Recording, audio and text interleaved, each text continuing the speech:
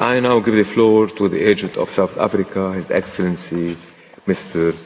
Vusi Madonsela. You have the floor, Excellency.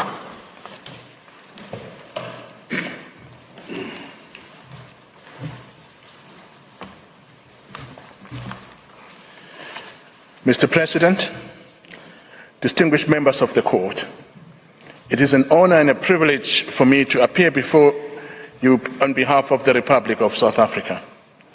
I wish to thank the Court for setting this matter down for an oral hearing on the earliest possible date, recognizing the extreme urgency of its circumstances. Since its initial application, South Africa found itself compelled to return to this Court, both in February and March 2024, to request for the indication of additional provisional measures to prevent Israel's persistent acts of genocide against the Palestinian people in Gaza.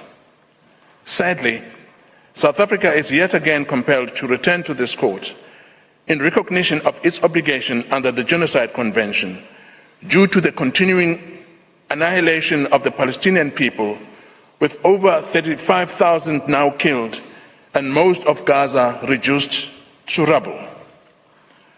Despite the short notice of this oral hearing, South Africa has traveled here today to do what it can to urgently stop the ongoing genocide. The gravity of the attacks requiring urgent and speedy proceedings to preserve the rights of the Palestinian people, a commitment which South Africa takes seriously.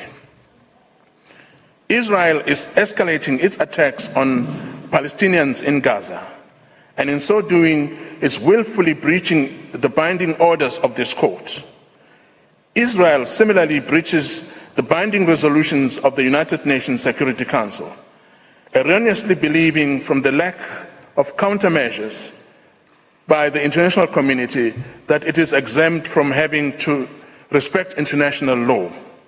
This institutionalized impunity has led Israel to engage in this genocide, which has shocked the conscience of humanity.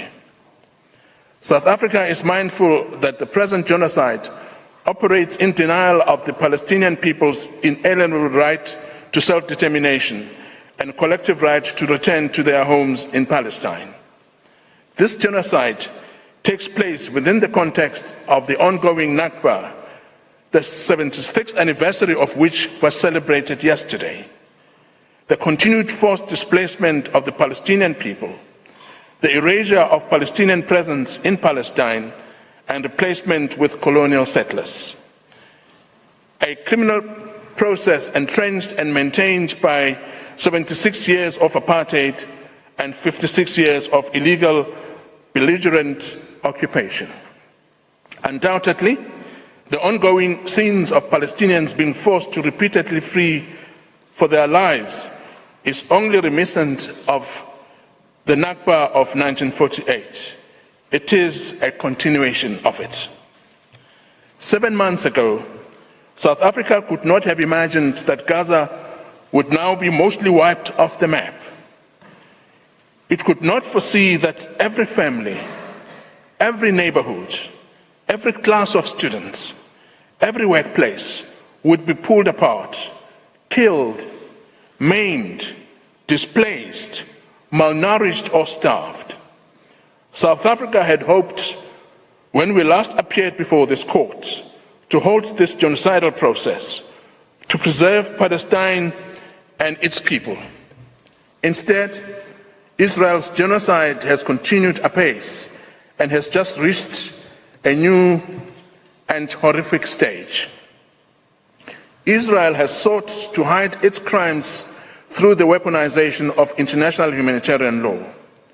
It pretends that the civilians it ruthlessly kills through its 2,000-pound bombs, through its targeted airstrikes, through its artificial intelligence systems, through its executions, are human shields. This whitewashing of Israel's genocide misses the key and fundamental element, that of the massive and still mounting evidence of Israel's genocidal intent. Documents and videos of Israeli parliamentarians and military leaders calling for the destruction of the Palestinian people in Gaza, incitement by Israeli civil society and leading public Israeli figures, all collectively supporting the genocide and its continuation. Israel continues to utter utter contempt for Palestinian life, operating with impunity. South Africa has no other option than to once again seek protection in the halls of justice for the fundamental right of the Palestinian people to their existence. Although this present application was triggered by the unfolding horrific situation in Rafah, Israel's genocidal onslaught across Gaza has intensified over the past few days, also warranting the attention of this court.